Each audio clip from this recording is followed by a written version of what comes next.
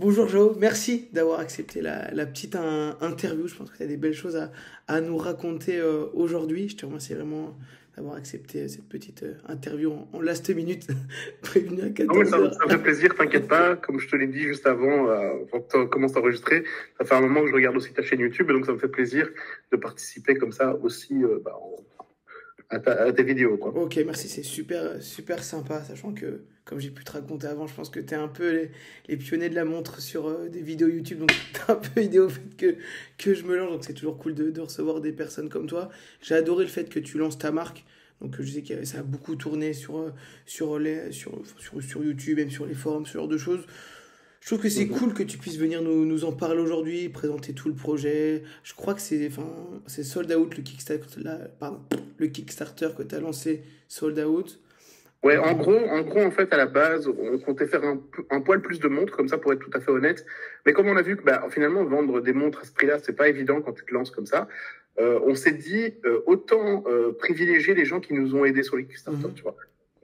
Voilà, ça veut dire qu'on fera évidemment beaucoup moins de marge dessus, mais au moins comme ça, les gens qui nous ont aidés durant la campagne Kickstarter, qui était la plus importante pour nous, parce qu'on avait besoin de cet argent pour financer le projet, au moins eux, on leur donne quelque chose, tu vois. C'est-à-dire Ouais. ils ont une montre bien limitée qui n'est plus disponible et qui sera plus disponible du tout. Donc, ceux qui ont participé au Kickstarter, je crois qu'il y a eu Voilà. une centaine de personnes. C'est les seuls à détenir, du coup, le premier Ouais. modèle de Hossein. Quand ils l'auront, parce qu'évidemment là on lance la production qui vient de partir là, donc ils l'auront dans quelques mois la montre. Enfin, ils auront la montre dans quelques mois. Et il y a eu en tout, je te le dis déjà, parce que je connais bien le numéro, le nombre de montres qui ont été commandées, c'est 135 montres. Ok. Elles sont toutes numérotées. Voilà, donc pour faire plaisir à des gens, quoi. Ok, top. Dans tous les cas, je mettrai tout. Enfin, je pense que tout le monde te connaît, je mettrai ta chaîne. Je sais que vous avez un site pour la marque. Vous remontrer le Kickstarter, est-ce que ça sert à quelque chose ou... De toute Ouais, façon, non, je maintenant. pense pas. Je pense parce que de toute façon, le Kickstarter, pour moi, c'est une étape qui est passée. Mhm. Le site, il va évoluer, évidemment, parce qu'on va devoir se professionnaliser. Là, on a fait avec les moyens du bord, on n'était que Mhm. deux. Ouais. Et surtout, on découvre ça, tu vois. C'est-à-dire que moi, je n'ai jamais fait de marketing de ma vie, tu vois.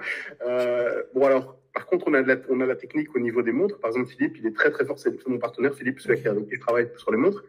Il est très fort pour tout ce qui est technique de la montre, mais Ok. évidemment, pour vendre, on apprend à ce moment, donc on va se faire aider aussi à ce niveau-là. Et d'ailleurs, voilà, je vais sûrement te raconter un peu comment ça a fonctionné en fonction de tes questions, Ouais. mais tu vas vite te rendre compte que on se fait beaucoup aider parce que Ok. c'est comme ça, la vie, des fois, tu veux faire quelque chose, mais t'as pas forcément les capacités de le faire tout toi-même, quoi. Et puis Voilà. même si on reste des passionnés, ça reste quand même un vrai métier avec un vrai savoir-faire. Même si tu arrives avec tes idées, je pense que entre vouloir faire une montre et mettre les mains dans le cambouis, il y a quand même deux mondes qui sont 100% différents. Ouais, d'ailleurs, je pense que j'aurais jamais fait un projet comme ça tout seul si j'étais pas bien accompagné. Voilà, Philippe, moi, il m'a vraiment mis la confiance. Ça a permis à ce qu'on travaille ensemble pendant plusieurs mois. Ok. Et petit à petit, on arrive au premier prototype, justement. Et là, je me suis dit, OK, c'est bon, on y va, quoi.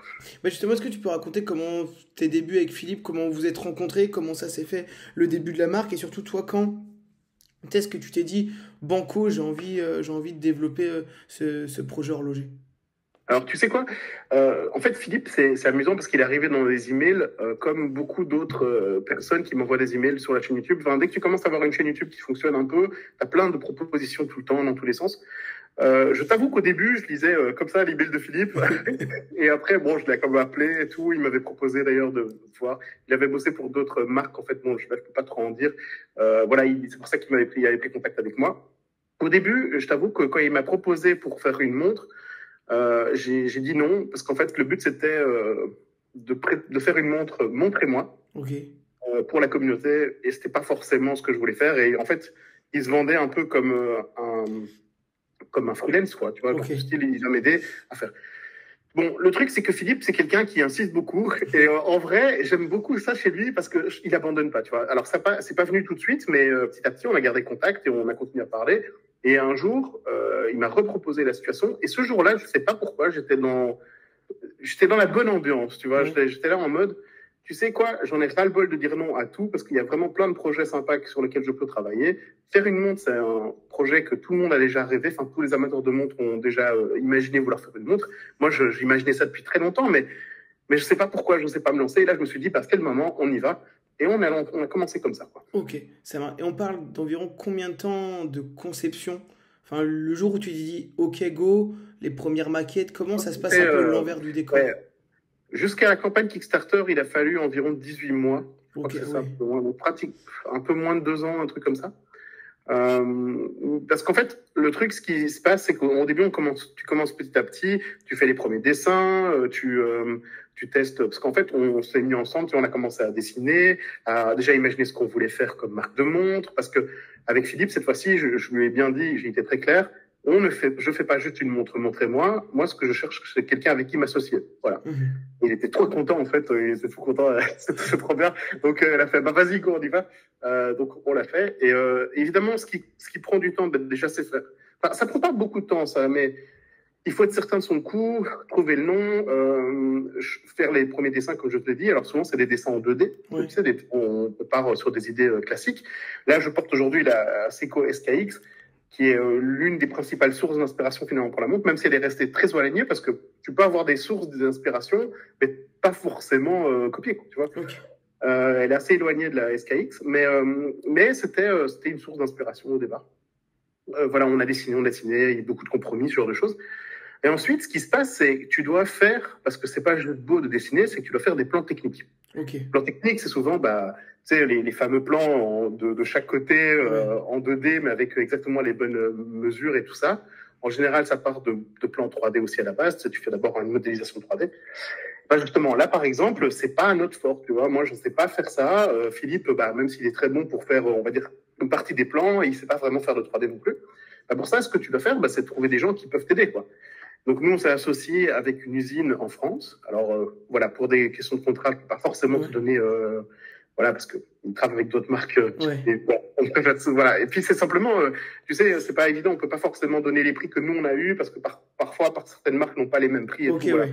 Voilà. C'est des questions, c'est normal, c'est des contrats, c'est pas forcément notre choix à nous. Mais voilà. Mais en tout cas, on a une usine connue, on va dire, à Ok. Besançon. Donc, c'est cool. Donc, si jamais tu visites des usines à Besançon, peut-être que tu verras une Holocène quelque part. Voilà, je ne donne pas plus d'indices. Mais eux, ils nous ont aidés à faire ça, par exemple. Tu vois, voilà, c'est des parties qui peuvent nous aider, enfin, ils ont pu nous aider pour faire ce genre de choses. Et donc, on commande auprès d'eux un prototype.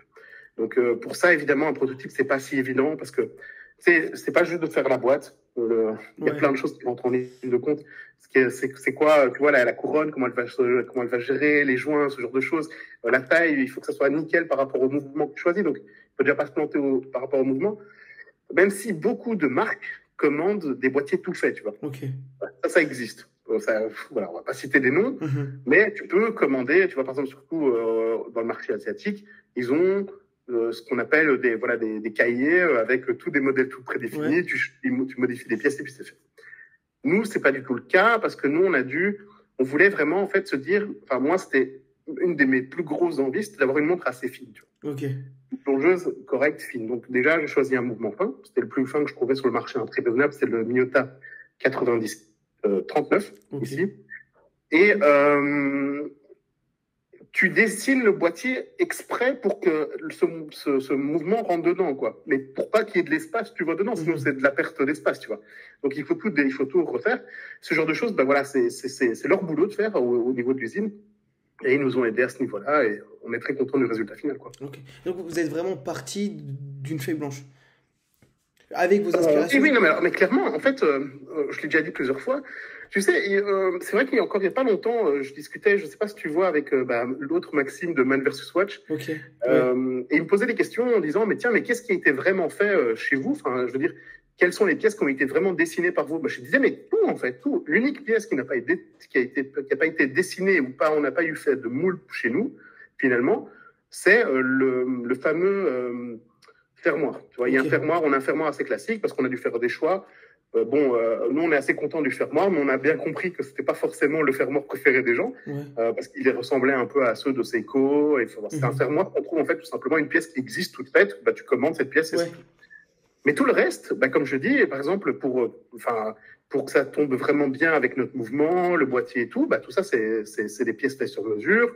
On a dû créer des moules pour tout ça. Pour toutes les pièces, tout a été dessiné. Donc, Voilà, donc ça, c'est l'unique pièce, on va dire, c'est le fermoir. Donc tout le reste, c'est partir d'une feuille blanche, quoi. Ok, justement, je trouve que c'est sympa ce format interview pour savoir tout ça, parce que souvent, en fait, quand on voit un produit fini, on n'imagine pas tout le travail qu'il peut y avoir derrière, que ce soit la façon de vendre, tout c'est une chose de choses, mais sur ce côté technique, vous êtes vraiment parti, comme tu dis, vous avez vos propres moules, vous partez de zéro. Enfin, on ne se rend pas compte de tous les petits détails qu'il va falloir assembler pour qu'à la fin, il n'y ait aucun jeu dans la montre, que la montre soit Ouais. carrée, que ça soit hermétique, que ça soit, enfin, du coup, vendable, commercialisable et qu'il n'y ait aucun pépin derrière. Ouais, et alors les gens oublient souvent qu'il y a énormément de travail en fait manuel à ça. Mhm. C'est-à-dire que l'assemblage en fait de toutes ces pièces et tout, c'est un gros taf, c'est vraiment un gros taf. Tout le travail effectivement aussi de planification comme tu dis pour être certain qu'il y a enfin voilà, là on a une lunette par exemple, alors, ça c'est un vieux prototype. On a une lunette, à chaque fois que les gens ont testé ma lunette, ils ont dit waouh, elle est excellente, tu vois. On a travaillé pour ça, tu Ok, vois. On paye vraiment cher notre boîtier auprès de l'usine parce qu'on a pris le grade supérieur, tu ok, vois, parce que voilà, on veut qu'il y ait vraiment du travail à ce niveau-là. J'ai une petite anecdote récente, assez amusante là-dessus. Bon, c'est pas pour taper sur quelqu'un, mais c'est juste parce que c'était deux prototypes qu'on a pu tester. J'étais avec un groupe de passionnés d'horlogerie il y a pas si longtemps, et j'avais ma montre. Donc, c'était le but, hein, de présenter un peu la montre. Et quelqu'un avait aussi le prototype de la toute dernière SK montre, la montre qui a été sur Kickstarter, ok, qui sont levés beaucoup d'argent. C'est une plongeuse. Alors, c'est un prototype, hein, je critique pas. ouais, Mais on a pu tester et tout d'un coup, tu vois qu'il y a beaucoup plus de travail de qualité à ce niveau-là, ce stade-là du prototype, ok. tu vois, à ce moment-là. Donc voilà. Et ça, c'est quelque chose, bah, les gens, ils se rendent pas forcément compte quand tu vois des images en ligne. Tu te rends pas compte de la qualité que c'est parce que c'est pas évident. Il faut la tenir en main parce que il y a tout ça, ça a été pensé. Et c'est pour ça que, par exemple, elle a un très bon équilibre, la montre. En fait, c'est bête à dire, mais c'est important. C'est comme sur les voitures de Ouais, course, tu vois. Si tu dois avoir un bon équilibre. Ça, c'est travaillé aussi, tu vois. ok. Bah, justement, je rebondis. Est-ce que tu peux un peu nous présenter, que ce soit l'univers du coup de la marque et surtout bah, la pièce en elle-même, ses caractéristiques? Ouais, alors celui-ci, donc, alors je sais pas si tu pourras mettre un peu peut-être une photo ou deux Ouais, voilà, voilà. Ça c'est un ancien prototype parce que celui-ci, bah, en fait j'ai envoyé tous les autres protos que j'avais à des ouais. youtubeurs. J'appelle ça des protos les autres, mais c'est des éditions finales en fait. Les Ok. autres c'est des éditions finales, sauf que c'est pas, ils font pas partie de la gamme numérotée Mhm. qui va vraiment sortir, voilà, les 135 montres bientôt. Euh, on a eu tellement de demandes que finalement, pour des reviews et tout, finalement, je les ai envoyées. Donc voilà. Ok, ouais. On n'est même plus présent témoin. Donc j'ai encore celui-ci. Ce que je voulais avant tout, c'était une plongeuse que tu pouvais porter tous les jours. Donc assez, donc comme je te dis, super fine. En Ouais. fait, elle fait 11,6 mm d'épaisseur avec le verre qui est exprès bombé, tu vois. Ok, Donc, ouais. souvent, quand tu vois sur les sites des marques de montres, tu vois 11,5 et tu dis, ah ouais, ah bon? Et en fait, ils comptent pas le verre. Tu Ok, vois, ouais. donc il y a ce genre de choses. Ici, nous, on a vraiment une montre qui est assez fine, qui a été pensée pour ça, avec 200 mètres d'étanchéité à l'eau. Ce qui était le but, c'était faire d'une plongeuse un outil. Et elle est, comme je te dis, un peu inspirée. Elle a un cadran très Ouais. simple, un peu inspiré de la Seiko SKX. Pas sur le design en lui-même, mais sur l'idée qui est Oui. d'avoir une très bonne visibilité. Parce que c'est le but d'avoir une bonne visibilité. Donc, ce qui nous a coûté cher, c'est surtout ce cadran, parce que c'est un cadran en émail, on voulait comme que ça soit un peu classe, mine de Ouais. rien. Donc voilà, on s'approche des cadrans, en fait, tout simplement, si tu as déjà vu une Rolex Submariner, c'est un peu ça, quoi. Voilà. Ok, ouais. C'est le genre de cadran, c'est noir laqué, en émail. Et alors, beaucoup de Super Illuminova BGW9 qui permet d'avoir une très bonne visibilité la nuit. Pourquoi est-ce que je te parle de tout ça? C'est parce qu'en fait, pour moi, c'était super important de créer une montre qui était solide, tu vois, une montre de sport. C'était un peu le but. Holocène, le nom Holocène, Ouais. c'est voilà, l'ère interglaciaire de 12 000 ans. Enfin, on est en cours encore dedans. Donc, je voulais, tu vois, ça parle. C'est le côté un peu sport solide qui dure longtemps dans le temps. Et donc, ça, je voulais retrouver ce sentiment-là dans cette montre-là, tout en étant portable. Voilà. Ok, C'est pour ouais. ça que du truc. Qu'est-ce que je peux te dire d'autre sur la montre? Oui, aussi que je te parle de la lisibilité, parce que la lisibilité, moi, j'ai par exemple, je vois ça souvent. Alors, je l'ai mis sur la campagne Kickstarter, il y a une petite partie là-dessus. Bon, je vais pas trop insister là-dessus, mais moi, c'était important pour moi, c'était que je voulais une montre facile à utiliser pour mon père. Tu Ok. vois. Mon père qui commence à avoir des petits soucis de vue, ce genre de choses, comme tu sais, une personne âgée, Ouais. rien de grave, hein. Mais il a quelques montres où il a un peu du mal à lire, tu vois, finalement, parce que il y a pas trop d'informations, type un chrono ou quoi, ou alors les index sont trop petits, les aiguilles sont pas assez larges, ce genre de choses. on a fait tout pour que ça soit assez lisible là-dessus. Ok. Donc là, ça va pas être évident de voir, mais c'est une montre très lisible. Y a rien, il n'y a pas beaucoup de fioritures, et ça fonctionne assez bien comme ça. Et en plus, très lisible aussi la nuit. Ok. Même chose pour la couronne. Bon, après, voilà, ça rentre un peu dans le délire. Moi, j'aime bien les montres sans date. Voilà, j'ai fait sans date pour celle-ci. J'ai bien entendu que beaucoup de gens nous demandent avec une date. Ouais. Maintenant, c'est pour une prochaine version. Ça sera plus la même montre exactement, mais celle-ci, c'est la Clockwork V1, on va dire l'édition initiale, c'est la Clockwork initiale. On fera d'autres Clockwork, mais elles ont des looks un petit peu différents, même si on va garder le même type de boîtier, ce genre de choses. Et en parlant du boîtier, c'est un boîtier qu'on va dire assez classique, mais comme je te dis, même s'il ressemble, on va dire, à un boîtier un peu classique, on pourrait imaginer, je sais pas, qu'est-ce que ça pourrait ressembler? Ça pourrait ressembler potentiellement à un boîtier de Tudor, par exemple. Ouais. On n'a pas juste pris un boîtier Tudor, par exemple, ou un boîtier qui existait, comme je te disais, on l'a vraiment dessiné pour qu'il soit, même s'il ressemble, parce que voilà, une montre après, donc voilà, une montre, c'est souvent les mêmes types de formes, ben, il soit vraiment adapté à cette montre. Et d'ailleurs, quand tu la vois de profil, souvent les gens sont assez surpris. Elle a un côté très sportif, en fait, de profil. Elle est très plate et allongée, un peu comme une voiture de sport. Ok. Et ça, j'aime vraiment. Ouais, justement, je trouve que tu as un peu comblé le problème pour moi des plongeuses. Donc, moi, j'habite dans le sud de la France, donc je plonge pas mal en apnée. Et du coup, moi, j'ai opté à l'époque pour une MDV 107. Honnêtement, c'est un parpaing. Et je trouve que du coup, c'est une montre que je trouve belle, honnêtement, mais que tu peux pas porter tous les jours, parce qu'en plus, moi, j'ai un petit poignet, parce que c'est chiant, parce que c'est super lourd et tout. Donc, honnêtement, faire une plongeuse que tu peux porter tous les jours, je trouve que ça, c'est un super compromis. Voilà, oui, moi, c'est.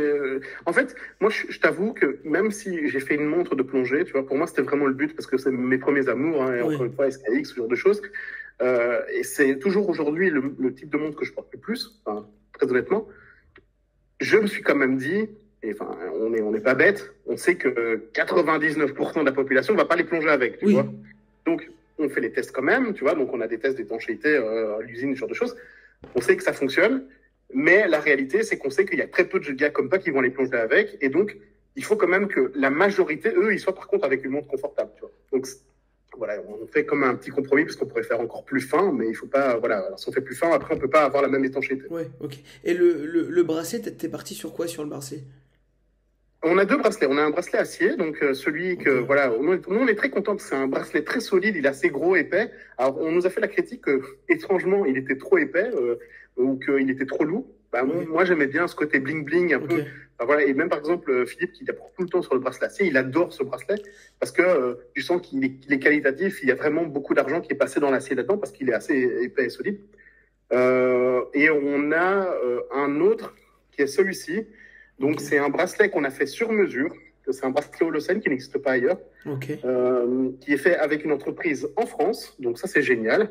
On n'a pas beaucoup mis ça en avant, mais en vrai, on devrait peut-être le faire. Ok. C'est un bracelet donc, qu'ils nous ont aidé à faire, qui est en partie en haut, tu vois, par-dessus, c'est du nylon recyclé, Ok. marin. Donc, ça a un aspect assez dur finalement, comme ça, mais le but, c'est que tu puisses aller dans l'eau avec. Et en dessous, on voulait mettre du cuir pour que ça soit soft, mais le truc, c'est que le cuir, c'est pas top pour aller dans l'eau, tu vois. Donc, on a trouvé une alternative qui est du cuir de maïs recyclé aussi. Et là, ça fonctionne. Donc, c'est le fournisseur qui nous a aidé. Il a dit, mais tiens, mais si vous mettez du cuir de maïs, par exemple, vous allez voir que vous allez pouvoir aller dans l'eau. Donc, on a fait ça. Donc, sur piqûre orange, bon, tu vois, c'est un peu difficile à voir, sur piqûre orange, on a renforcé ici cette partie. Alors, encore une fois, je suis Ouais, désolé, hein, je ça va vois pas assez évident à l'illustration, voir, on voit bien. pour que ça soit bien solide, tu vois, à ce niveau-là. Et voilà, donc on est très content. Et puis, on est parti sur finalement un choix un peu étonnant. Il commence à du 20 mm ici, donc pas Ok. beaucoup de montres, et il finit à 16, quoi. Mhm. Donc, ça donne un look un peu plus vintage, un peu plus rétro à ce niveau-là. Mais moi, j'ai pris ce choix parce que je trouvais souvent que, comme la montre, elle est assez, enfin, pas efféminée, mais Elle est elle est, fine. tu vois, elle est assez fine finalement, ce genre de choses. J'avais l'impression souvent que les bracelets prenaient beaucoup trop de place par Mhm. rapport à la montre, ça n'allait pas trop. Et donc finalement, je me suis dit, mais elle n'a pas besoin, vu qu'elle est légère. Enfin, légère, c'est comme une montre en acier et tout.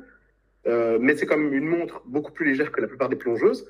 Ben, finalement, tu n'as besoin de pas un si gros bracelet, Ok. tu vois. Donc, je trouve que c'est un bon compromis et je suis très content de ce bracelet. Et je pense que nous, ce qu'on va faire très vite, c'est que, enfin, c'est même certain en fait, parce qu'on vient de passer au genre de la commande. Donc, on a commandé tous les bracelets pour tous les gens qui en ont Ok. pris une avec ce bracelet-là. On a déjà commandé davantage parce que je pense qu'on va les vendre sur notre site parce qu'on est très fiers de notre bracelet. Donc, voilà. Ok. Là, tu penses que les premières personnes vont pouvoir recevoir quand la montre?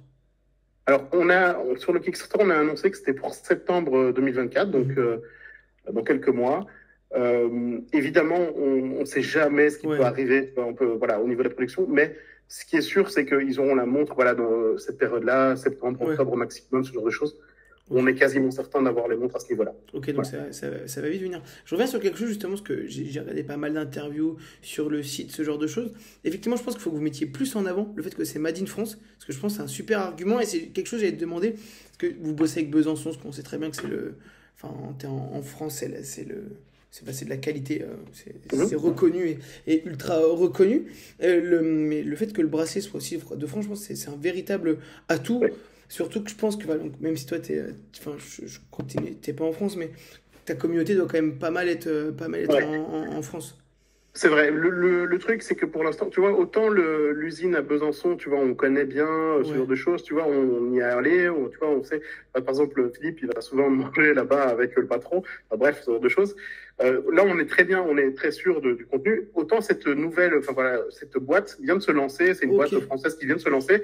Et voilà, on est très content pour l'instant d'avec eux, mais je t'avoue qu'on n'a pas été voir comment ça se passait tout chez eux. Donc, je préfère pour l'instant pas forcément communiquer à fond là-dessus. On est très content des produits, mais on va encore travailler avec eux. Et là, peut-être qu'on va communiquer un peu plus là-dessus. Ok, ça marche. Est-ce que tu as déjà en tête un peu un futur modèle ou, comme on a pu tout à l'heure parler, avec potentiellement garder le même modèle avec l'apparition de la date, ce genre de choses? Est-ce que tant que voilà, tous les 135 clients n'ont pas été livrés, on a du mal un peu à se projeter, ou tu as déjà un peu en tête le fait que voilà, tu as des petites modifications, des idées un peu en tête? Ok. En fait, c'est une très bonne question parce que évidemment, nous, on a déjà tout en tête. On a déjà tout en tête. On a déjà les dessins et tout. On a des belles surprises pour la suite. On fait pas de teasing pour l'instant parce que justement, les 135 premiers clients n'ont pas été livrés, tu vois. Ça, c'est ça aussi. En fait, on est en discussion en interne justement par rapport à ça. Est-ce qu'on commence déjà à présenter les prochains modèles en sachant que, on n'a pas encore montré qu'on savait faire. Parce que oui, voilà, des gens ont pu tester nos montres, mais on n'a pas encore livré, on va dire, une quantité sérieuse de montres. C'est en discussion. Alors, ce que je peux te dire, en tout cas, comme ça au moins, c'est clair, on bosse sur... Ça, c'est pas pour tout de suite, mais pour au début 2025, ou en tout cas 2025, on est déjà sur un deuxième vraiment modèle, quoi. Okay. Quand je dis modèle, c'est un autre boîtier, un autre style de montre, beaucoup plus original, parce qu'on nous a beaucoup reproché que celle-ci était peut-être pas assez originale ou elle se démarquait pas assez. Tu sais, on écoute les critiques, hein, donc après, c'est l'avantage, c'est qu'on est flexible, tu vois. On est capable. Après, il y a des fois, on peut pas tout écouter parce que tout le monde a des idées différentes. Et on fait à notre façon pour certains trucs, mais on écoute quand même les critiques et on essaie quand même d'adapter en fonction des envies des gens. Donc on a bien un modèle, on va dire un modèle 2 qui est en préparation. Je ne vais pas donner de nom pour l'instant ni rien. Par contre, entre-temps, ce que tu dois savoir, parce que toi tu veux savoir un peu justement un peu les coulisses de comment ça fonctionne, quand tu commandes des pièces comme ça, enfin, quand tu fais des boîtiers, par exemple, pour des montres, ce genre de choses, tu vas commander des pièces, tu vois. Il faut faire fabriquer ces pièces-là. Et souvent, on ne te crée pas un moule si tu ne commandes pas un certain nombre de pièces, tu vois. Donc, on va se retrouver avec plus, en fait, on va avoir 135 montres finies, mais on va avoir beaucoup plus, par exemple, de boîtiers, de verres, d'aiguilles qui sont commandés. Par exemple, on a des aiguilles comme ça, on en a 300, tu vois. Donc, il va falloir forcément les replacer, on va dire, sur d'autres modèles, sur d'autres choses. On ne veut pas refaire la même chose exactement, donc on va se donner, on va peut-être certaines pièces, mais on va garder certaines pièces de côté, on va modifier certaines pièces, par exemple la lunette, pourquoi pas, le cadran, ce genre de choses. Et donc on va continuer à faire des modèles clockwork, donc des modèles de plongeuse, mais différentes, parce qu'on a ces pièces-là qui ont été commandées, et ce serait bête de gâcher ça. Tu vois. Okay. Et ce qu'on veut fonctionner, en fait, on aimerait bien fonctionner comme ça pour toutes. Alors, ça, ce sont que des plans. On verra comment ça se passe, mais on aimerait bien fonctionner avec un type simple d'idée. C'est qu'on fait des modèles à chaque fois limités, mais pas en grande quantité, tu vois, mais genre, par exemple, 200 pièces, 300 pièces maximum pour le futur, si ça fonctionne bien. Et on garde toujours une partie des pièces pour faire une plus petite collection, genre peut-être 50 pièces maximum, de montres, on va dire, plus fun, quoi. Tu vois. Ouais. Donc, on prendrait cette montre-là et on ferait 40 pièces, par exemple, avec les dernières pièces qui nous restent. Enfin, voilà, les derniers boîtiers, les derniers cadrans. Et on fait une version beaucoup plus folle, tu vois, mais vraiment très limitée, tu vois. Et on ferait ça, en fait, pour tous nos prochains modèles, tu vois. Ok. Donc, c'est l'idée un peu pour l'instant. Ok, ouais, c'est assez sympa.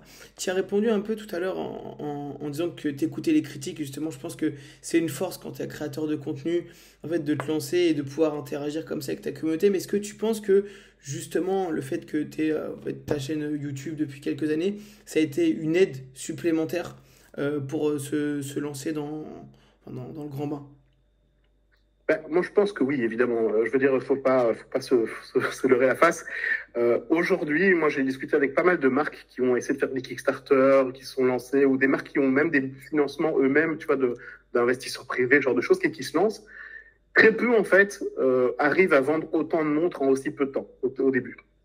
Donc, on nous a beaucoup félicité du côté professionnel. Alors aussi des gens qui nous ont suivis. Et il y a plein de gens. C'est le jour où on atteint les 100% sur les Kickstarter, mon téléphone il a pas arrêté. Tu vois, Ouais. genre, c'était assez incroyable. Mais bon, ça m'a fait vraiment plaisir parce que j'étais très stressé.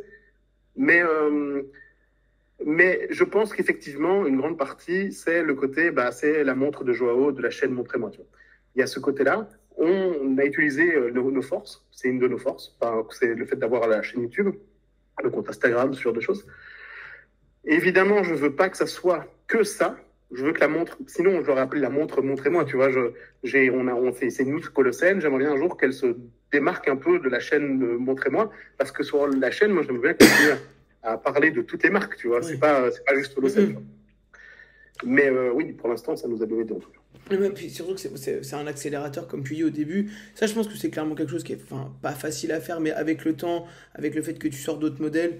En plus, vous avez la chance d'être deux. Donc, tu t'incarnes pas toi-même la marque. Je pense que c'est des choses qui peuvent être. Enfin, on peut enlever l'image de Montrez-moi et d'Holocène, justement, Oui, oui, et puis tu dessus. as vu, je mets beaucoup en avant Philippe tout le temps. Hein. Hum, hum. Je veux pas qu'il y ait que la montre de Joao, tu vois, ça c'est sûr à 100%, parce que surtout Philippe, il travaille comme un dingue dessus. C'est lui qui est souvent, qui est tout le temps en train de dessiner, il est toujours motivé pour faire des trucs. Il va aller très vite parfois, beaucoup trop vite, Ouais. mais c'est sympa, tu vois, enfin, on a une bonne dynamique à ce niveau-là. Et donc moi, je veux vraiment qu'on soit voilà, un groupe, tu vois, à deux, quoi. Ok, comme ça c'est cool de le dire, en plus c'est tout à ton honneur. Tu en as parlé aussi tout à l'heure de la Seiko SKX, qui était une de tes inspirations. Est-ce qu'il y a eu d'autres mondes, d'autres univers?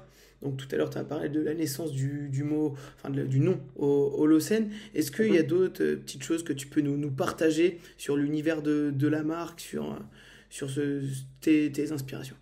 Alors, ben, en fait, ça dépend si tu veux. Le truc, c'est que je peux parler des inspirations pour la marque, enfin pour le nom de la marque, ce genre de choses.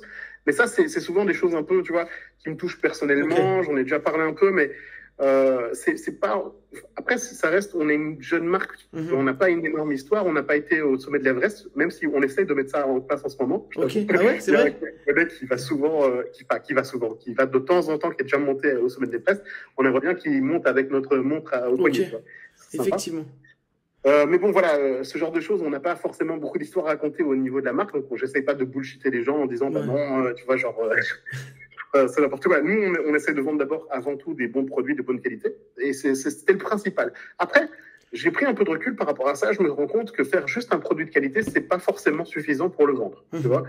C'est-à-dire que les gens, ils adhèrent beaucoup plus à un design qu'à un produit de qualité. Tu vois, c'est-à-dire que aujourd'hui, on a bien vu que c'était pas évident de la vendre. Nous, on aime beaucoup en fait, mais on se rend bien compte que comme elle n'est pas, on va dire, très originale, on va Ok. dire que ça reste une plongeuse classique. Quand les gens la voient en image, ils se rendent pas forcément compte qu'en fait, elle est un peu plus que ça, tu vois. Mhm. Euh, et donc, c'est difficile à vendre. Donc, potentiellement, aujourd'hui, soit pendant des années, on va se battre à faire tout le temps nos montres à nous parce que c'est notre univers, soit notre design. Et, enfin, voilà, on aime ça comme ça. Des montres plus classiques, mais on va gagner en réputation sur la qualité. Ok. Et il faudra se battre potentiellement durant des années. Ou alors, on essaye aussi d'aller un peu plus dans l'original, ce genre de choses. Et là, potentiellement, on peut gagner rapidement des clients. Tu vois. Ok. Mais il ne faut pas se perdre non plus. Tu vois. Donc, c'est pas évident à ce niveau-là. C'est des choix à faire. Je rebondis sur quelque chose que j'ai trouvé super intéressant. Tu nous parles potentiellement de l'amener au haut de l'Everest. Est-ce que tu penses que c'est un peu un créneau que vous allez prendre sur le côté, voilà, la montre du sportif? Je sais qu'Emal l'a fait il y a pas longtemps, une collab avec un explorateur. Il est parti, je crois que c'est alors, je confonds toujours Arctique et Antarctique. Il est parti en aventure avec la montre. Tu penses que c'est. Et moi, j'adore ce genre d'univers, justement. C'est pour ça que je t'en parle. C'est possible. Le truc, c'est qu'il faut trouver des. En fait, aujourd'hui, on est limité pour plein de choses. En fait, on est limité surtout, enfin, plein de choses. Principalement, une chose, c'est le budget. Oui. Tu vois, il y a pas, on n'a pas d'argent, tu vois. C'est la réalité, on n'a pas d'argent. Sinon, on n'aurait pas fait une campagne Kickstarter, tu vois. Et c'est pour ça qu'on était en stress total pendant très longtemps. C'est parce que une campagne Kickstarter, c'est que si tu n'arrives pas à la fin du mois parce que ça a duré un mois, si tu n'arrives pas à 100% ton objectif, tout le monde est remboursé. Enfin, les gens, ils sont même pas facturés. En fait, ils sont même pas, l'argent sort même pas de la carte, tu vois. Ok. Et c'est seulement à la fin, quand on a atteint les 100%, le dernier jour, que l'argent sort des cartes des crédits, tu vois. Ok. Donc, on était super stressé à cause de ça, tu vois. Parce que sinon, on peut pas faire la montre, tu vois. Okay. Donc voilà. Aujourd'hui, il y a de l'argent qui est rentré dans le compte en banque, mais il part déjà pour la production et pour les prochains modèles, parce que voilà, on veut pas revivre ce cauchemar du stress. Alors, on fera peut-être des campagnes Kickstarter, mais on fera plus des campagnes Kickstarter avec un objectif aussi élevé. C'est-à-dire que là, on avait vraiment besoin de beaucoup d'argent. Là, si par exemple on a besoin que de 20 000 euros pour arrondir le truc, on fera peut-être, un plus petit truc. Et là, c'est pas trop grave. Mais Kickstarter, c'est compliqué parce que ça prend beaucoup de. En fait, ça prend déjà. C'est étonnant la façon dont il faut s'exprimer sur cette plateforme. Ouais. C'est un vocabulaire un peu étonnant. Et surtout, ils prennent beaucoup de commissions. Beaucoup. Ok. Vraiment beaucoup. C'est 7, 8, 9%, un truc comme ça. Ok, c'est immense. C'est énorme. C'est vraiment énorme. Surtout qu'on a l'impression, nous, que finalement, les achats qui ont été faits, c'est surtout des gens qui viennent de nos chaînes YouTube. Okay. Tu vois, on a parlé dans les chaînes YouTube francophones, quelques personnes on en parlait sur YouTube. J'ai l'impression que c'est des gens qui viennent de là. Pas forcément la plateforme qui nous a apporté de la vision, de la vue supplémentaire, tu vois. Donc, je trouve que c'est très cher payé. Ouais, parce que... Mais, du coup, tu penses que c'est potentiellement envisageable et... Alors c'est toujours, maintenant que tu as la réponse, c'est toujours, enfin, c'est plus facile à dire, mais tu pourrais très bien, enfin, tu penses que tu aurais autant réussi, ou quasiment autant, à faire un site internet avec votre prévente et le fait de tout se passe sur le site de l'Holocene sans passer par Kickstarter? Je sais pas. Moi, c'est très difficile à savoir ça. Pendant un moment, je me suis dit oui, que c'était possible, tu vois, parce qu'on n'aurait pas payé aussi cher, tu vois, voilà, on n'aurait pas eu ce pourcentage à donner à quelqu'un d'autre, tu vois. Mais le truc, c'est que Kickstarter, il y a vraiment un mode de financement que tout le monde peut regarder, tu vois, avec une courbe, tu vois, où les gens ils peuvent voir à quel point t'es loin du pourcentage ou quoi à atteindre. Et il y a un phénomène psychologique qui se passe, c'est qu'il y en a beaucoup qui t'aident très vite au début. Et ils voient le truc monter très vite, ils sont très contents. Puis ça stagne pendant très longtemps et c'est horrible, tu vois. Tu sais pas quoi faire.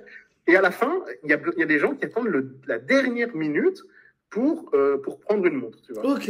Genre, je te jure, sur les 3 dernières minutes, on a vendu 5 montres. Voilà, donc précommandé 5 montres, hein, si tu veux. Et tu sais pas pourquoi. Pour quelle raison ces personnes ont... Alors, on avait déjà atteint notre objectif, mais tu te demandes quand même pourquoi beaucoup de gens attendent ça. Donc, il y a un côté un peu étonnant comme ça qui se passe avec Kickstarter, donc je ne sais pas trop si tu aurais eu la même expérience avec ça sur notre site. Ok, ça marche. Toi, à titre perso, tu l'as vécu comment? Parce que ça va être ultra excitant, le lancement d'un produit, mais ça doit être terriblement stressant aussi de savoir que tout peut jouer sur une campagne. C'était très stressant pour moi, ça a été très stressant, je t'avoue. Ouais, c'est surtout que des fois, tu vois, quand je te dis, tu as la période où c'est creux comme ça, où il y a rien, tu vois pas la courbe qui remonte, tu vois, tu commences à ralentir la croissance. Enfin, tu vois, il faut que tu atteignes un certain seuil et tu n'atteins pas le truc. Et tu sais pas comment réagir, alors tu essaies de communiquer, mais tu te rends compte qu'il est peut-être un peu trop tard pour faire un plan correct marketing. Et tu vois, t'es là, tu t'apprends, tu vois. Tu te dis, voilà. Alors, ce qui est marrant, c'est que certains week-ends, tu sentais qu'il y avait de nouveau des petits pics de vente. Donc, je sais pas si c'est lié au week-end ou si c'est lié au fait que souvent, quand on recommuniquait, il y avait des nouvelles vidéos ou des vidéos qui sortaient sur d'autres chaînes qui étaient les week-ends, justement. Donc, potentiellement, c'est lié. Mais tout ça, c'est difficile à savoir, à évaluer, quoi. Et justement, je trouve que c'est super bien de voir ça de l'extérieur, que c'est une montre de passionnés et pas une montre purement marketing. Parce que moi, justement, c'est ce que je dénonce beaucoup en ce moment. Il y a plein de montres qui sortent à des prix exorbitants, qui sont nuls.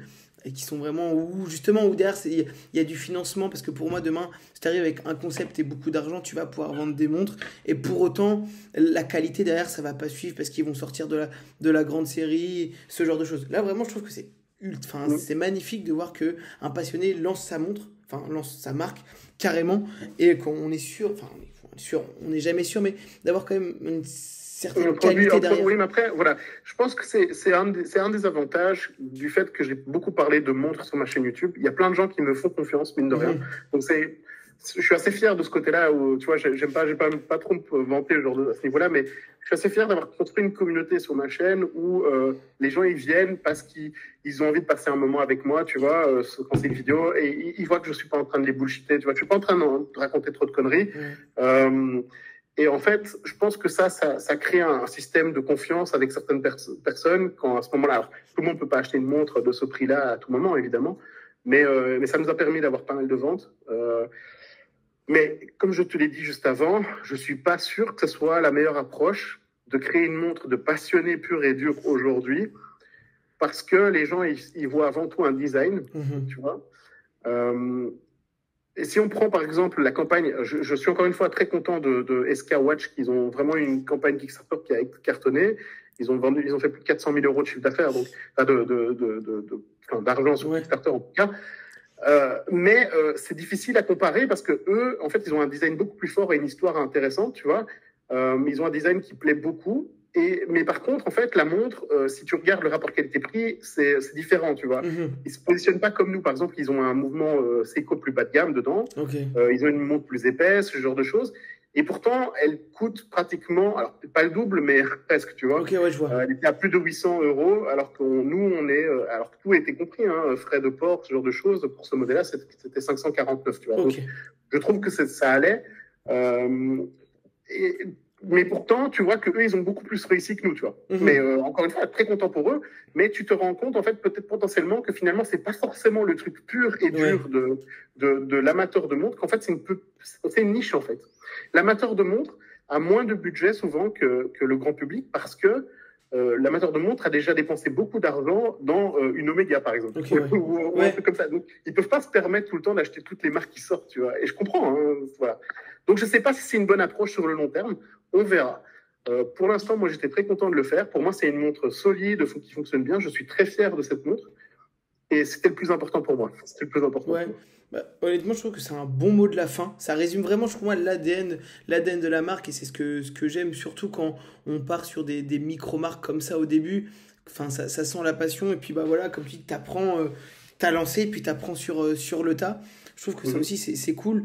Je pense qu'aussi, enfin, ça c'est vraiment à titre perso, c'est ce que peuvent des fois rechercher les gens. Parce qu'il y a plein de grandes séries qui peuvent sortir. Là, tu vois le gars qui sort, enfin, vous êtes deux qui sortent leur montre. Vous êtes à l'écoute, donc ça veut dire que là, regarde, t'as écouté énormément de choses. Potentiellement, le deuxième modèle sera mieux, le troisième, le quatrième, le cinquième. Tu pars moins en flèche comme ça, mais je pense que c'est ce qui peut faire la qualité, c'est ce qui fait le long terme. Est-ce que toi, tu as envie de nous partager encore une dernière chose? Je mettrai du coup tous tes réseaux, le site. Je vais finir juste sur un point, effectivement, qu'on n'a pas forcément abordé, mais qui est intéressant. C'est ce que tu viens plus ou moins d'en parler. Comme on n'est que deux, enfin, quand je dis que deux, c'est au point final, tu vois, de la montre, c'est nous, on va mettre dans les boîtes, tu vois, la petite boîte, et ici, ce genre de truc. Ce genre de choses, on fait. Bon, il y a énormément de travail manuel chez nous, mais aussi beaucoup à Besançon. En fait, moi, souvent, les gens me disent oui, mais pourquoi tu appelles ça une montre made in France alors que il y a des pièces qui sont fabriquées aussi en Asie, parce qu'il y a des pièces que tu sais, usiner un boîtier, par exemple, c'est pas quelque chose que tu peux forcément faire ici, ou alors c'est des prix exorbitants, mais c'est juste pas possible. Mais il faut savoir que tout ça, il y a énormément du projet et de la gestion, de l'assemblage, du contrôle qualité. Il y a des allers-retours sans arrêt, tu vois, genre des appels téléphoniques, des emails. Énormément de taf est chez nous et c'est manuel, tu vois. On n'est pas sur une Apple Watch où tout ce que font les gens, tu vois, à la fin, c'est d'appuyer, vérifier que le truc tu vois, tout est fait par une machine, tu vois. Ici, en fait, toutes les pièces sont usinées, tu as quelqu'un qui met le truc, le moule, qui fait la chose, et après c'est envoyé pièce par pièce, tout a été dessiné, et il y a un travail manuel que les gens oublient qu'il y a en fait sur ce genre de pièces, qu'il faut pas oublier, quoi. C'est du travail fait de main pratiquement, tu vois, tout est fait de main. Alors oui, on paye, par exemple le mouvement, c'est un mouvement Miyota très connu, il vient d'une usine, alors je sais pas trop comment il fonctionne parfaitement chez Miyota, mais je sais qu'il y a aussi beaucoup de travail et c'est beaucoup d'horloger, tu vois. Oui. C'est pas parce que tu achètes un mouvement tout fait et que tu le mets dans une boîte qu'il y a que ça à faire. Donc, il y a vraiment un travail énorme là-dessus. Et je pense que tu l'as dit très, très bien. Quand tu achètes une pièce comme ça, tu sais qu'il y a, voilà, c'est un truc c'est pas juste un produit de mass market. C'est pas quelque chose que tu trouves partout comme ça. il y a vraiment du taf derrière et ça fait vraiment plaisir quand tu vois le produit final. Des fois, on oublie ça, quoi. On oublie le côté humain qu'il y a eu à travers tout ça, quoi. Et est-ce que justement, pour présenter ça, toi, tu as prévu de sortir sur ta chaîne un peu ce côté, bah, l'envers du décor, se rendre dans les usines, montrer, parce que je trouve que c'est très intéressant et les gens peuvent parfois l'oublier parce que c'est des choses qu'on ne voit pas et si tu sais pas comment ça marche dans ce milieu-là, tu penses que c'est que de l'usinage, ce genre de choses, mais qu'il y a énormément, énormément de travail fait main et que le travail fait main coûte cher. Sur une montre comme ça, tu marches pas à 80%. Ouais, alors pour l'instant, je prévois pas de faire ça ici sur ce modèle, surtout qu'on en a déjà beaucoup parlé. Moi, Ouais, j'avais un moment justement peur de trop en parler. Alors, je sais que tu voulais qu'on parle un peu de ça. Donc, moi, c'est vrai que j'essaie de tourner un peu la ouais, discussion sur finalement, voilà, tout ce qu'il y a autour et pas forcément vraiment sur la montre. Donc, je vais pas parler trop de ça pour l'instant, mais potentiellement dans le futur. Tu as travaillé il y a pas longtemps, enfin, tu as fait une vidéo avec, comment il s'appelle encore, de Maison ouais, Morphin. Maison Morphin, Clément. Je trouve très sympa ce qu'il fait lui, parce que Ouais, justement, il met beaucoup en avant tout le travail que lui il fait, tu vois. Il va même voilà, à l'usine, enfin en tout cas à l'endroit où ils font l'assemblage et tout pour filmer, tu vois, ce genre de truc, c'est très chouette. On fera sûrement ça potentiellement plus tard. Aujourd'hui, comme je t'ai dit, il y a des petits soucis de contrat qui, voilà, ouais, pour l'instant, en fait, il y a un grand fournisseur à nous qui, pour l'instant, préfère être secret. ok. On verra pour la suite. Donc, c'est pas toujours évident. Et puis, on n'a pas pensé à, quand tu veux faire ce genre de choses, il faut penser un peu à l'avance, ce genre de choses. Ouais, On a un peu fait ça comme on oui, pouvait, tu vois. ok, Donc, ouais. potentiellement pour le futur, ce serait chouette, effectivement.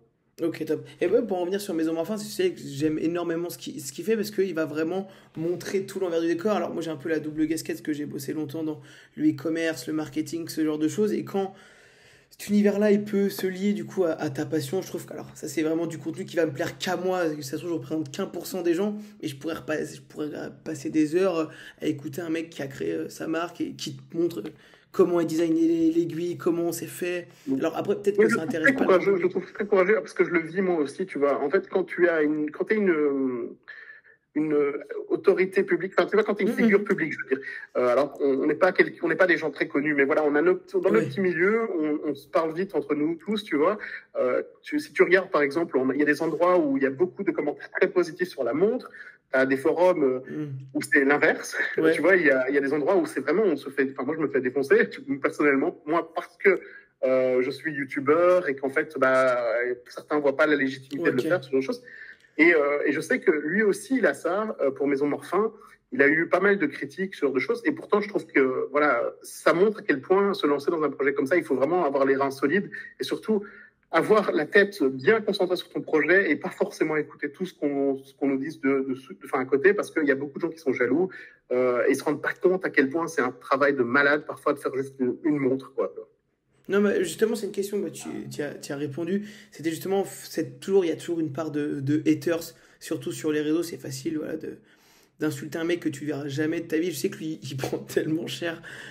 Bah, Ouais. vraiment, en plus, il fait beaucoup de TikTok, tu fais beaucoup de visibilité et, entre guillemets, l'âge moyen est assez faible, donc ça favorise ça. Vous avez vraiment eu aussi affaire à des vagues un peu de haine. Oui, alors, il y a eu des trucs quand même un petit peu étonnants, en fait. Si tu veux voir, il y en a un qui est très facile à trouver. Tu vas sur Forum à montre, il y a une discussion sur Holocene Ok, dessus, t'as un post dessus. Au début, j'ai répondu, parce que je voulais essayer de répondre un peu, tu vois, aux questions. Et en fait, plus ça avançait, plus je me suis dit, je crois que j'avais tellement envie de répondre, tu ouais, vois, j'avais envie de répondre. Mais à un moment, je me suis dit, ça va être contre-productif, je vais perdre énormément de temps à le faire. Et en fait, je vois déjà que de base, ils sont partis pour me lapider, tu vois. ouais, Je veux dire, il y a un moment, en fait, tu ne peux plus, il n'y a plus d'arguments, tu vois. Quand on te dit, par exemple, que non, j'aime le vin, mais je ne deviens pas vigneron, ouais. donc tu dois abandonner tes rêves. Tu vois, il y a des choses comme ça, tu te dis, mais pourquoi est-ce qu'on m'empêche de faire quelque chose, finalement, où j'ai pas l'impression de tromper les gens, tu vois. Mhm. Moi, on fait un produit super qualitatif, où on fait pratiquement pas tu vois, de marge dessus parce Mhm. que on veut être compétitif au niveau du prix et tout l'argent qu'on a actuellement, c'est à peine pour financer pour le prochain modèle. À Ok. peine, hein, je te promets. Et encore, comme je t'ai dit, avec les pièces qu'on a déjà, tu vois. Mhm. Donc, on est vraiment plus sur créer quelque chose sur du long terme et donner le plus de valeur possible à nos premiers clients pour créer une base solide de clients.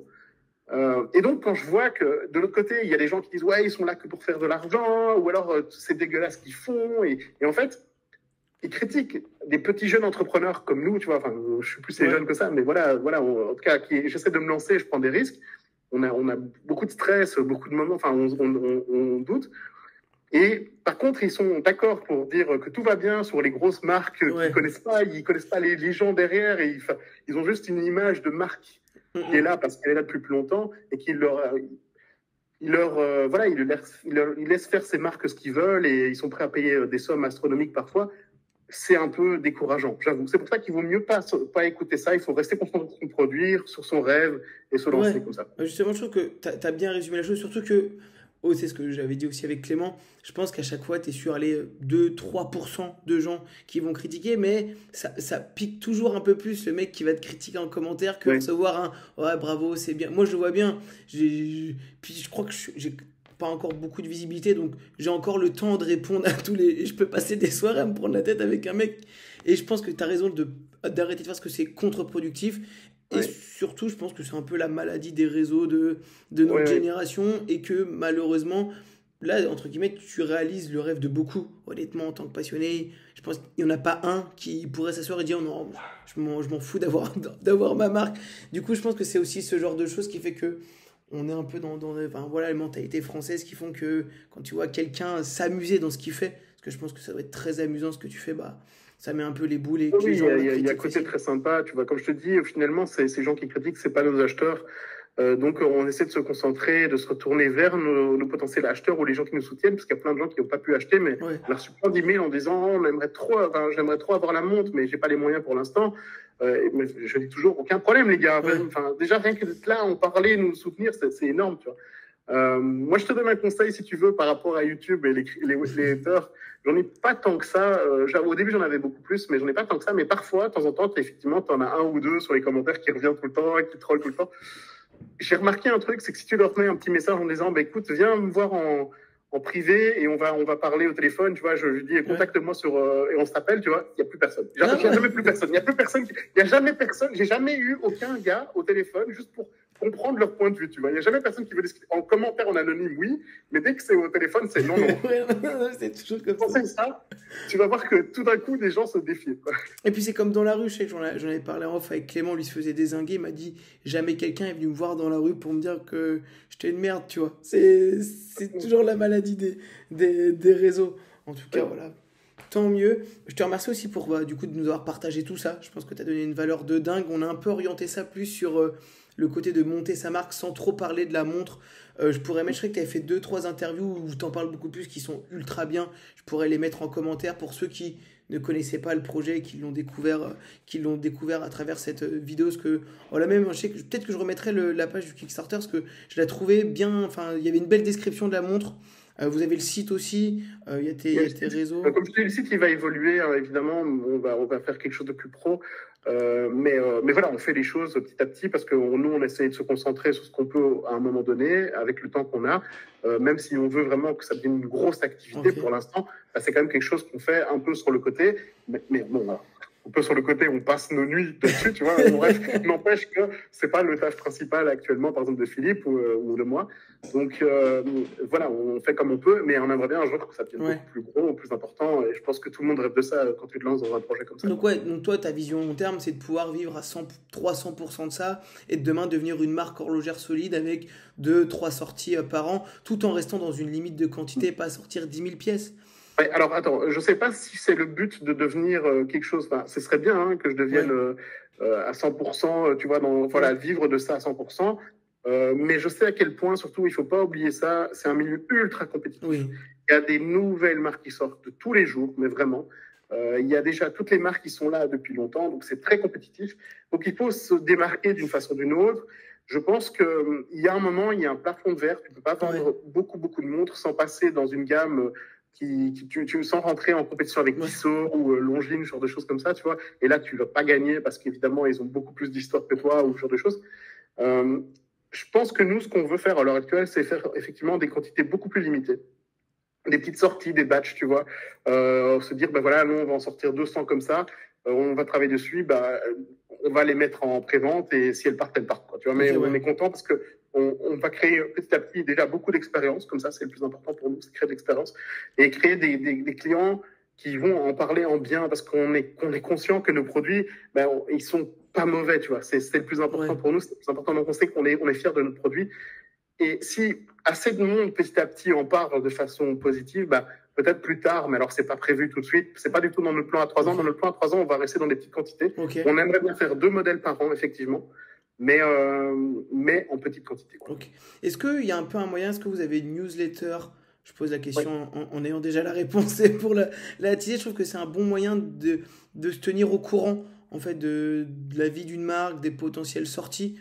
Donc c'est pour ça que je mettrai le site, parce que je sais qu'on peut s'inscrire, même si tu as un lien pour s'inscrire directement. Je conseille souvent aux gens, quand vous aimez voilà, les marques, les micro-marques, d'adhérer à leur newsletter. Ça coûte que dalle. Et surtout qu'en fait, nos newsletters, comme on sait que c'est pas évident de récupérer des emails ou des personnes qui s'inscrivent, on met énormément notre priorité là-dessus. C'est-à-dire que aujourd'hui, si tu veux avoir les informations sur la marque, sur les prochains modèles, sur les choses, ça va passer forcément par là. Les préventes, avant même qu'elles soient en prévente sur le site, elles seront annoncées là. Parce que, encore une fois, on va mettre en avant les gens qui nous ont aidés, quoi. Tu vois, les gens qui se sont inscrits, les gens qui ont acheté une montre. Bah, je pense que c'est logique, tu vois, ils ont été là du premier moment, le premier instant, donc évidemment que lors des prochains lancements, ce sera les premiers prévenus. Alors, on va pas juste concentrer à ceux qui ont acheté une montre, mais ceux qui seront en tout cas inscrits, tu vois, c'est eux qui auront l'information plus vite, tu vois. Donc si vous voulez voir, surtout que potentiellement bientôt, on va quand même faire un petit peu de teasing sur les prochains modèles, bah, n'hésitez pas. Sur le site, vous pouvez vous inscrire à la newsletter, c'est juste un email. En plus, on est très gentil, on n'envoie pas beaucoup d'emails parce qu'on n'a pas envie de rentrer dans les boîtes spam des gens. Ça marche bien. Je la mettrai. Et surtout, je voudrais revenir sur, et ce sera le vrai mot de la fin. Il y en a 1 milliard des mots de la fin à chaque fois sur mes vidéos. Quelque chose qui est très important, c'est pas parce que demain on peut pas acheter une pièce, honnêtement, un partage, une story, quelque chose comme ça qui donne de la visibilité. Parce que dans ce genre de projet, voilà, moi, tu seras toujours le bienvenu, même si aujourd'hui la communauté n'est pas ultra grande. Mais honnêtement, 2, 3, 4, 5 personnes qui vont voir un peu plus le projet, qui peuvent en parler, le partager, c'est ce bouche à oreille qui peut vraiment donner, qui donne de la force. Parce que comme tu dis, ça peut faire, je pense, chaud au cœur de recevoir des messages positifs. Il n'y a pas que quand tu achètes une pièce.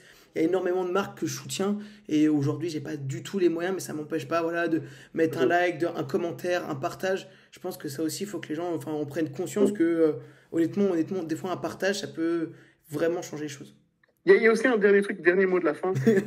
Il y a un dernier truc que j'ai pas dit, enfin, je sais pas si ça s'est vu dans la campagne ou quoi. On n'a pas communiqué pratiquement. Alors, on a fait au début, on a écrit la campagne en anglais au cas où, mais en fait, on a fait exprès de pas communiquer du tout avec les sites en anglais. Tu vois, c'est-à-dire, on aurait pu toucher une audience beaucoup plus internationale avec notre montre, mais on voulait faire les choses progressivement. On voulait mettre en avant le local, tu vois. On voulait que ce soit les gens qui suivent la chaîne, les gens en France, en Belgique, en Suisse. Et en fait, on n'a vraiment pas été dans des sites américains ou anglais pour communiquer à l'international.